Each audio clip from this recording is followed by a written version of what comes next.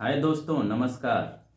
चलिए आज सबसे पहले आपको माता सावित्री बाई फुले के जन्म दिवस पर आपको हार्दिक हार्दिक शुभकामनाएं।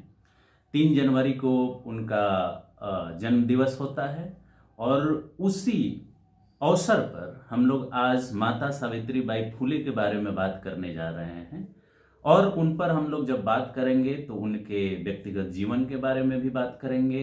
बाकी फैक्ट आप जानते होंगे कि उनका जन्म कब हुआ, कहाँ हुआ। एक नोन फिगर हैं भारतीय इतिहास में, भारतीय राजनीतिक संघर्ष के इतिहास में। लेकिन बहुत सारी ऐसी चीजें हैं जो आज भी अहमियत रखती हैं, आज भी लाखों लोगों के लिए वो प्रेरणा स्रोत हैं। केवल इंडिया में नहीं, अक्रॉस द वर्ल्ड आप देखेंगे, जहां भी शिक्षा की लड़ाई या राजनीतिक लड़ाई, सामाजिक शोषण के खिलाफ जहां भी लड़ाइयां लड़ी जा रही हैं, उन सारे परिस्थितियों में माता सावित्री बाई फुले आज भी प्रेरणा स्रोत हैं। ठीक है, उन उन उन सारे पहलुओं के बारे में हम लोग आज बातचीत करने जा रहे हैं। और उस विषय पर, माता सावित्री बाई फुले के योगदान पर जो हम लोग बात करेंगे, उन पर बात करने के लिए हमारे साथ हैं doctor Rinki. Doctor Rinki already doctorate हैं, बहुत इनकी इस पर स्टडी है अपनी। इन्होंने एक छोटी सी किताब भी लिखी है जो महापुरुषों के ऊपर है। इनके किताब को भी हम चाहेंगे कि वो इसमें बताएं भी कि उस किताब का नाम क्या। इनकी अपनी रचनाएं भी हैं, जो इनका पीएचडी का थीसिस है उस पर भी इनकी अपनी रचनाएं हैं। और लगातार माता सावित्री बाई फुले और जो राष्ट्रपिता हम लोग कहते हैं ज्योतिबा फुले जी, उनके ऊपर लगातार ये अपनी बात रखती हैं डिफरेंट फोरम पर। एंड हम बहुत इस बात की हमें बहुत खुशी है कि doctor Rinki is with us to discuss about Mata Savitri by फुले। और हम इनका वेलकम करते हैं अपने चैनल के ऊपर, हमारे चैनल के ऊपर, कि ये अपनी बात को रखेंगे। तो डॉक्टर रिंकी, आपका बहुत बहुत धन्यवाद ये टाइम देने के लिए। ये जो मौका है, इस मौके पर आपसे हम बहुत सारी चीज़ों को जानेंगे, समझेंगे। तो आपका बहुत बहुत वेलकम इस डिस्कशन में। नमस्कार अमित जी, आपने मुझे मौका दिया, इसके लिए आपका बहुत बहुत धन्यवाद। तो थैंक यू आपको भी कि हम लोग एक बहुत ही अहम मुद्दे पे बात करने जा रहे हैं। और उसी कड़ी में हम कुछ सवाल आपसे करेंगे, जिसका हम जवाब चाहेंगे कि आप दें, हमारे दर्शकों को बताएं कि माता सावित्री बाई फुले का जन्म दिवस जब हम मनाते हैं तो उसकी क्या अहमियत होती है। उसी कड़ी में हमारा पहला सवाल आपसे होगा कि आप एक महिला भी हैं, एक डॉक्टरेट भी हैं, एक टीचर भी हैं, आप असिस्टेंट प्रोफेसर भी हैं, आप लिखती हैं, पढ़ती हैं, बोलती हैं, आप वोकल हैं। और ये एक रिफ्लेक्शन हमको दिखता है कि माता सावित्री बाई फुले ने जिनको इंस्पायर किया है, जिन जिन जिन लड़ाइयों को आप लोगों ने लड़ा है, वो लड़ाइयाँ रिफ्लेक्ट होती हैं कि ये माता सावित्री बाई फुले का योगदान है। और उस नाते भी मैं आपसे ये सवाल पहले करना चाहता हूँ। जो पहला सवाल मेरा है वो ये है कि एक महिला होने के नाते माता सावित्री बाई फुले को आप किस रूप में प्रेरणा स्रोत मानती हैं? थैंक यू अमित जी ये सवाल करने के लिए, और आपने बहुत ही अहम सवाल मुझसे किया है।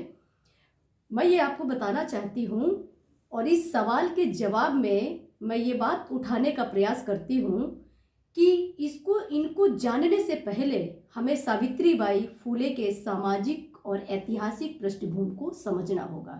जैसा कि आप जानते हैं, और मैं बताना भी चाहती हूँ कि माता सावित्री बाई फुले का जन्म 3 जनवरी 1931 ईस्वी को बॉम्बे के नाए गांव में हुआ था।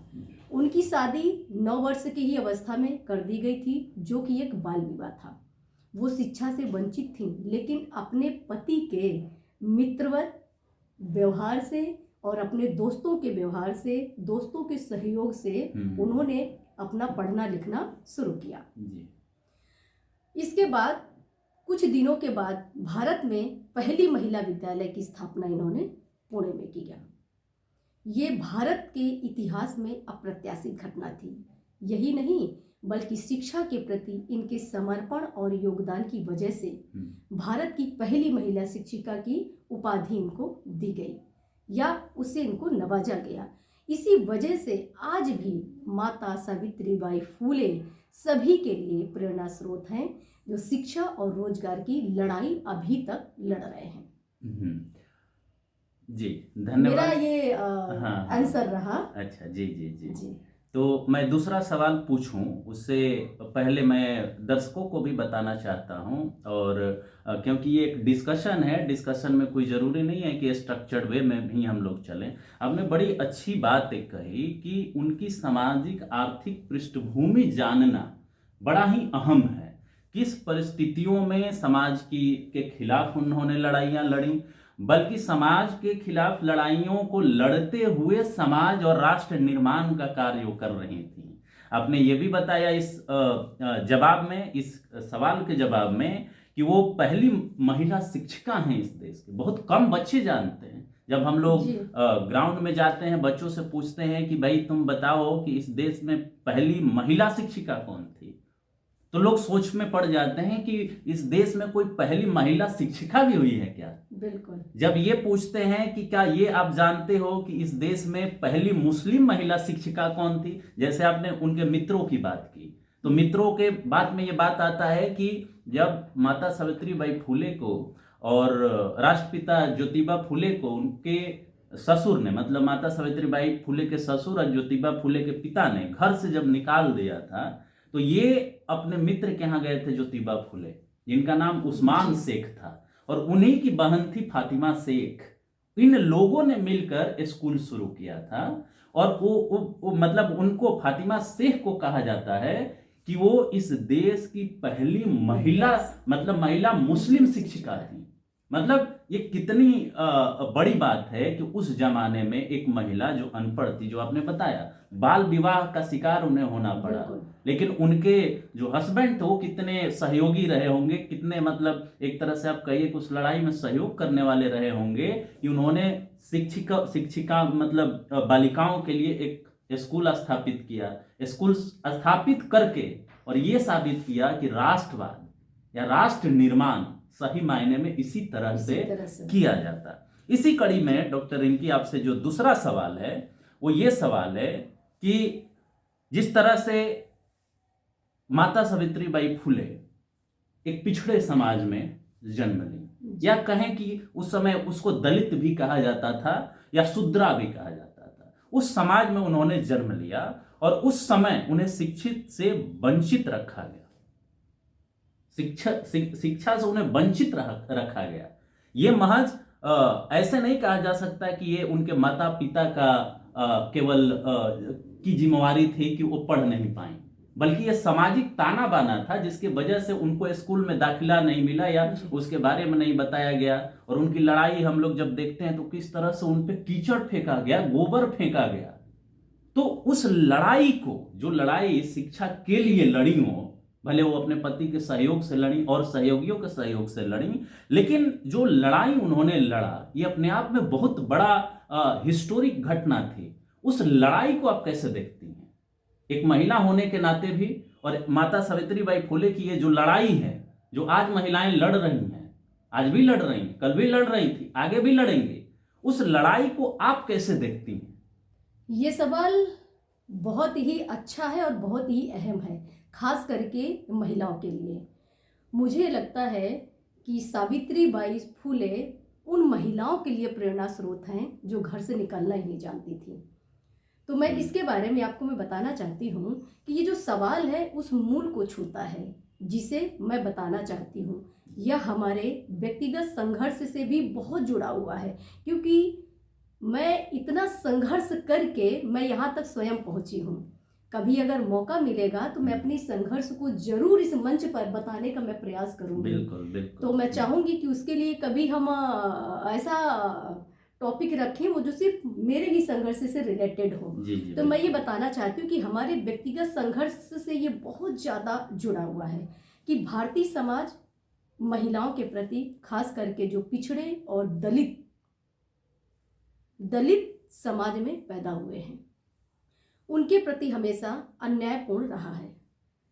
माता सावित्रीबाई फुले ने अपने पति के सहयोग से एवं मित्रों के सहयोग से एवं ईसाई मिशनरियों के मित्रों के सहयोग से ब्राह्मणवादी व्यवस्था को चुनौती देने में सफल रही और सच्चे अर्थों में एक राष्ट्रवादी, एक राष्ट्र निर्मात्री और मानवतावादी होने का परिचय दिया।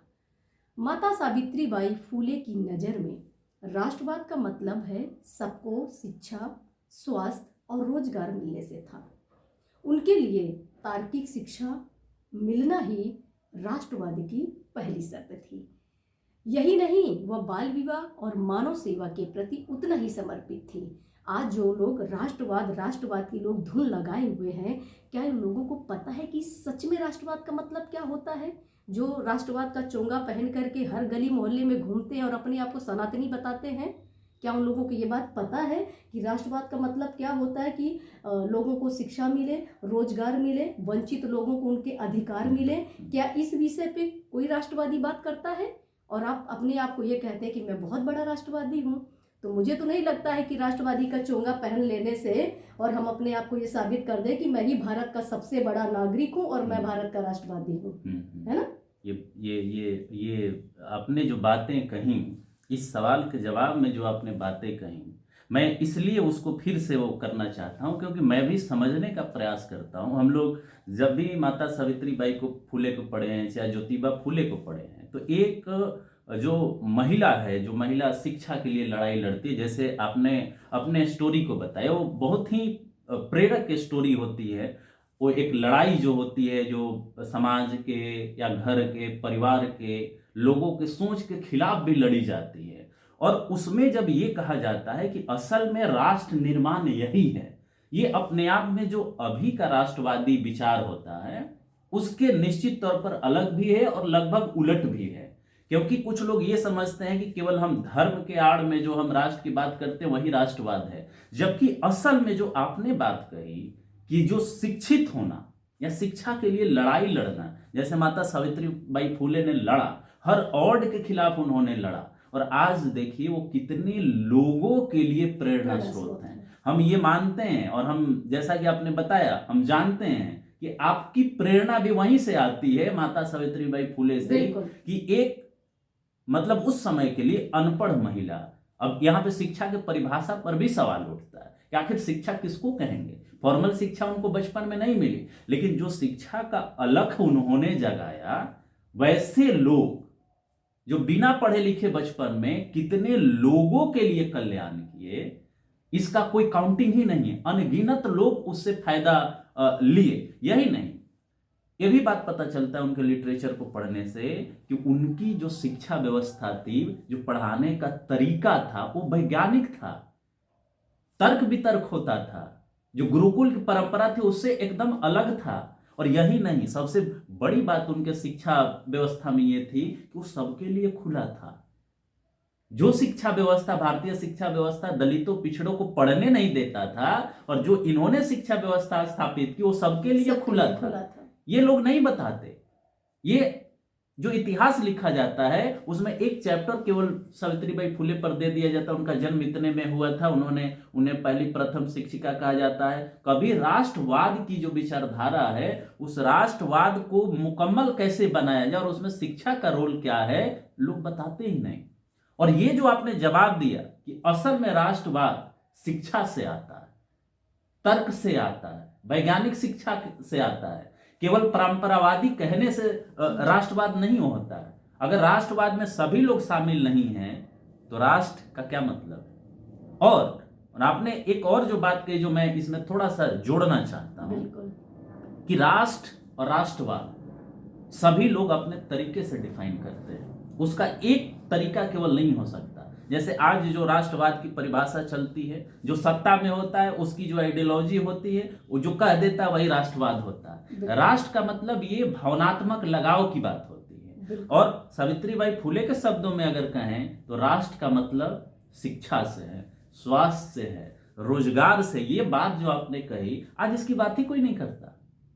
राष्ट्र को उस रूप में कोई समझने का प्रयास ही नहीं करता। और शिक्षा व्यवस्था आज की देखिए, आज की शिक्षा व्यवस्था देखिए, और जो सावित्रीबाई फुले का मॉडल था, हम तो ये कहेंगे आपके बातों से ही निष्कर्ष निकाल के कि भारत की शिक्षा व्यवस्था माता सावित्रीबाई फुले और जो राष्ट्रपिता ज्योतिबा फुले हैं, जो उनकी विचार है शिक्षा के बारे में, उस पर आधारित होनी चाहिए। बिल्कुल, ये हमारा मानना है। आप हो सकता है इसे डिफर हो, लेकिन ये मैं मानता हूं। और आपसे जो लास्ट सवाल है, जो काफी अहम सवाल है, आपका मैं जवाब उस पर चाहूंगा, क्योंकि वो बहुत ही इंपॉर्टेंट सवाल है जो मैं आपसे पूछने जा रहा हूं। डॉक्टर रिंकी, माता सावित्रीबाई फुले और उनके पति अंधविश्वास के भी बहुत बड़े विरोधी थे। वो मानते थे कि शिक्षा में, आपके विकास में, राष्ट्र के निर्माण में, यही नहीं व्यक्तित्व के विकास में, आपके करियर के विकास में या राष्ट्र के विकास में अंधविश्वास और कर्मकांड बहुत बड़ा रोड़ा होता है। ये उनका मानना था, ठीक है, और कहना था कि हम इसके घोर विरोधी हैं। और आप अंधविश्वास और कर्मकांड को एक शिक्षित और तार्किक व्यक्ति बनने में आप जो हैं, फिर से उसको हम रिपीट करते हैं कि कर्मकांड और अंधविश्वास को एक शिक्षित व्यक्ति बनने में या व्यक्तित्व के विकास में किस हद तक बाधक मानती हैं? ये सवाल आपका कहीं ना कहीं मुझे लगता है कि उस हर कर्मकांडी व्यक्ति से जुड़ा हुआ है, और ये सवाल जानना और इसका जवाब जानना अपने आप में बहुत बड़ी बात है। और उस हर शिक्षित व्यक्ति को इसकी जानकारी होनी चाहिए। और जानकारी कैसे होगी? जब उसके पास शिक्षा होगी, तभी वो ये जान पाएगा कि ये गलत है कि ये सही है और हमें क्या करना चाहिए।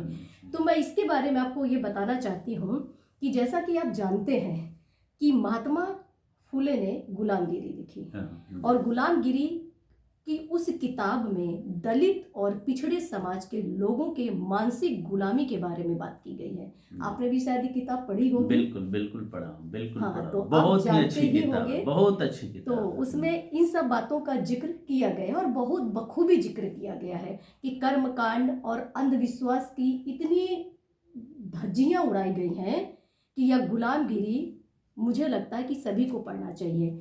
और अगर सभी लोग पढ़ेंगे तो ये जान पाएंगे कि कर्मकांड से हमारा विकास जो है वो रुकता है कि बढ़ता है कि क्या होता है। क्योंकि जो व्यक्ति बहुत पढ़ा लिखा होता है उसको सारा सही और गलत का फर्क पता होता है कि अगर हमारे ही सामने कोई अंधविश्वास कर रहा है तो ये हमें पता होता है। जो लोग कम पढ़े लिखे होते हैं तो उनको ये समझा पाना बहुत मुश्किल होता है कि ये कर्मकांड है तो इससे क्या नुकसान हो सकता है, क्या फायदा हो सकता है। तो मेरी नज़र में ये है कि ये गुलामगिरी जो किताब है इसमें दलितों की और बारे में लिखी गई है और कर्मकांड की घोर धज्जियां उड़ाई गई हैं।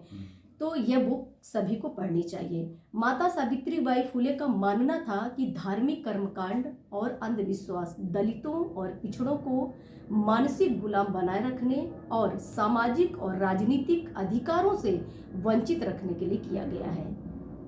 ये तो आप जानते होंगे। बहुत ही मतलब आप कहें कि एक तरह से आपने वो बात कह दी जो हमेशा हम भी कहते हैं, और जो बहुत लोग जो हैं जो पढ़ाते हैं सावित्रीबाई फुले के बारे में या राष्ट्रपिता महात्मा फुले के बारे में, वो ये चीज़ नहीं बताते। शिक्षा जो दी जाती है आज के क्लासरूम में, तो वो शिक्षा एक ऐसी शिक्षा होती है जो रटंत विद्या जिसको हम लोग कहते हैं। बिल्कुल, बिल्कुल। आप सवाल न करें। और ये एक इतना बड़ा क्रांतिकारी स्टेटमेंट है जो आपने कहा कि वो ये बताती हैं कि कर्मकांड और अंधविश्वास जो है वो दलित और पिछड़े या कहिए कि शोषित समाज को गुलाम बनाए रखने के लिए है। वो रखने के लिए इतना बड़ा ये मतलब स्टेटमेंट है। आप समझिए कि अगर लोग समझ जाएं, जो दलित पिछड़े हैं, जो पिछड़ा समाज है, वो ये समझ जाए कि हम कर्मकांड और अंधविश्वास पर कितना खर्च करते हैं, अगर ये समझे और शिक्षा पर हम नगण्य खर्च करते हैं तो भारत का पूरा चेहरा ही बदल जाए। बिल्कुल, ये समझने की जरूरत है। बिल्कुल। तो ये बहुत बड़ा स्टेटमेंट आपका है और मैं हमेशा इसको चाहूंगा कि हम कोट करें हम अपने स्पीच में या लेखनी में। जी आगे आप तो कुछ इसी कहना कड़ी चाहें? में हमारा अभी हमारा जो आंसर है पूरा नहीं हुआ था। जी, जी, जी। तो मैं आपको बताना चाहती हूँ कि उनको सामाजिक और राजनीतिक अधिकारों से वंचित रखा गया और जो शोषक वर्ग और जो जातियां हैं, कर्मकांड और अंधविश्वास उनका शासन और शोषण बनाए रखने के लिए सबसे बड़ा हथियार है। ये भी बहुत बड़ा इसी रूप में वो मानती हैं कि वैज्ञानिक सोच और वैज्ञानिक शिक्षा व्यक्ति के लिए अत्यंत आवश्यक है। मेरा मानना है कि भारतीय राष्ट्र का समुचित विकास माता सावित्रीबाई फुले की प्रेरणा से ही संभव है। यह हो सकती है। वह कल भी हमारे बीच प्रेरणा स्रोत थी, आज भी हैं और हमेशा प्रेरणा स्रोत रहेंगी। धन्यवाद डॉक्टर रिंकी। लेकिन मैं आपको कुछ शब्द जो है अप्रिसिएशन में ये बोलना चाहता हूँ कि जो इससे पहले जो आपने सेंटेंस बोला, वो सेंटेंस बहुत इम्पोर्टेंट है। जो ये आपने कहा कि कर्मकांड और अंधविश्वास जो है वो जो दलित पिछड़े हैं उनको मानसिक रूप से गुलाम बनाए रखने के लिए किया गया है। ये जो सवाल है, ये सवाल बाद में चलकर डॉक्टर अंबेडकर भी उठाते हैं, या ये कहिए कि ये एक ऐसा लिगेसी है माता सावित्रीबाई फुले का और राष्ट्रपिता ज्योतिबा फुले का, जो डॉक्टर अंबेडकर के लिए भी प्रेरणा स्रोत बनता है, साहू जी महाराज के लिए प्रेरणा स्रोत बनता है, दक्षिण में जो ईबी रामास्वामी नायकर पेरियार जिनको कहा जाता है, द्रविडियन मॉडल, उसको प्रभावित करता है। और यही वो सोच है जो भारत में जो गैर ब्राह्मणवादी विचारधारा है उसकी बीज रखती है। जो गैर ब्राह्मणवादी विचारधारा जिसको हम कहते हैं, उसको ये भी कहते हैं कि सामाजिक न्याय की विचारधारा यहीं से प्रस्फुटित होती है। जो इसमें जो सेकंड आपने सेंटेंस कहा कि जो कर्मकांड और अंधविश्वास है, जो शोषक वर्ग और जातियां हैं उनका शोषण और शासन, ये बड़ा ही इंपॉर्टेंट वर्ड है। शोषण भी करने का और शासन भी करने का अधिकार हथियार है। आप समझिए कि ये कितना बड़ा स्टेटमेंट है। और अगर सामाजिक न्याय का आंदोलन कोई समझना चाहता है, ये दो स्टेटमेंट उसके लिए काफी है समझना कि कर्मकांड और अंधविश्वास से आपको कैसे मानसिक गुलाम बनाया जाता है, और जैसे ही आप मानसिक गुलाम होते हैं तो आप सोचने समझने की क्षमता खो देते हैं और इजीली जो है उसी कर्मकांड और व्यवस्था से दूसरा आप पर शासन करता है और आपका जेब भी खाली करते जाता है और आपको पता भी नहीं चलता कि हमारा जेब खाली हो रहा है। एक एग्जाम्पल मैं लूंगा, जो श्राद्ध होता है। आप जानती हैं कि श्राद्ध कराने में कितने परिवार बिक जाते हैं, कितने परिवार लुट जाते हैं, लोन लेकर के मोक्ष प्राप्ति के लिए वो सारा काम करते हैं। अल्टीमेटली मिलता क्या है, किसी को नहीं पता है कि मोक्ष कहां है, आत्मा कहां है। ये कर्मकांड और अंधविश्वास इसके बहुत बड़े खिलाफतकार थे महात्मा फुले और माता सावित्रीबाई फुले। जो सत्य शोधक समाज उन्होंने बनाया था, सत्य की खोज, और सत्य की खोज कैसे होगी, साइंटिफिक एडुकेशन से, जो तार्किक शिक्षा आपने कही, ये वो हथियार है जिसे वो कहते थे कि बहुजनों को अपनाने की जरूरत है। और यही काम जाकर के आगे डॉक्टर अंबेडकर करते हैं, बिहार में बाबू जगदेव प्रसाद करते हैं जी। ये उसी लिगेसी का नतीजा है। और जो आपने कहा कि वो हमेशा प्रेरणा स्रोत थी, आज भी हैं और आगे भी रहेंगी, खास करके उनके लिए जो आज भी अपने सामाजिक न्याय की लड़ाई लड़ रहे हैं। और असल में अगर कहा जाए कि असल में असली श्रद्धांजलि उनके प्रति यही होगा कि हम उनके इन विचारों को वो करें। और लास्ट में अब सवाल नहीं पूछेंगे, नहीं तो बहुत लंबा वीडियो हो जाएगा। अगर दर्शक चाहेंगे तो हम लोग उनके और भी बहुत इश्यूज हैं जिन पर माता सावित्रीबाई फुले का योगदान है। एक चीज मैं बस आपके सामने मेंशन करना चाहता हूं, वो कितनी बड़ी मानवतावादी थी। अब ये समझिए इस बात से, जब पुणे में प्लेग फैला था, 1897 की बात है ये, और वो महिला प्लेग से पीड़ित,